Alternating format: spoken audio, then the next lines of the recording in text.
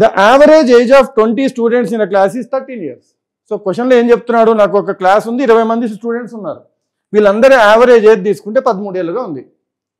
When the teacher is included average becomes 14 years. ఎప్పుడైతే teacher include చేసామో, టీచర్ని కూడా కన్సిడర్ చేసామో, యావరేజ్ 14 ఏళ్ళుగా అవుతుంది. అయితే టీచర్ యొక్క ఏజ్ ఎంత?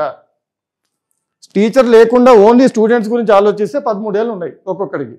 కానీ టీచర్ని కూడా పరిగణలోకి తీసుకుంటే 14 ఏళ్ళు అయింది. అయితే టీచర్ ఏజ్ ఎంత అని అడుగుతున్నాడు. చిన్న లాజిక్ చూద్దాం. 20 మందికి ఒక్కరికి 13 ఏళ్ళు ఉన్నాయి.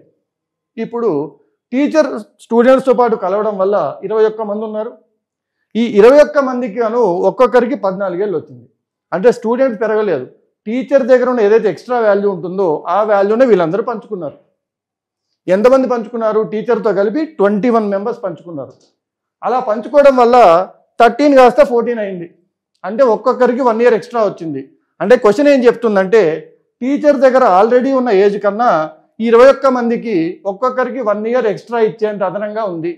21 మందికి ఒక్కొక్కరికి 1 year ఇచ్చిందంటే టీచర్కి 21 ఏళ్ళు ఎక్స్ట్రా ఉన్నట్టే.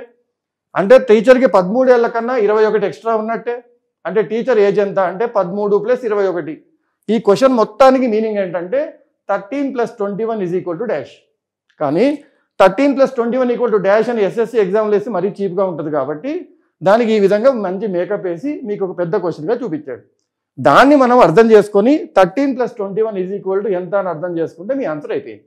ఈ విధంగా నిజంగా క్వశ్చన్లో ఉన్న సెన్స్ ఏంటి, కాన్సెప్ట్లో ఉన్న యాక్చువల్ కాన్సెప్ట్ ఏంటి తెలుసుకుంటే 80% of your exam questions can be answered without formula or pen and paper.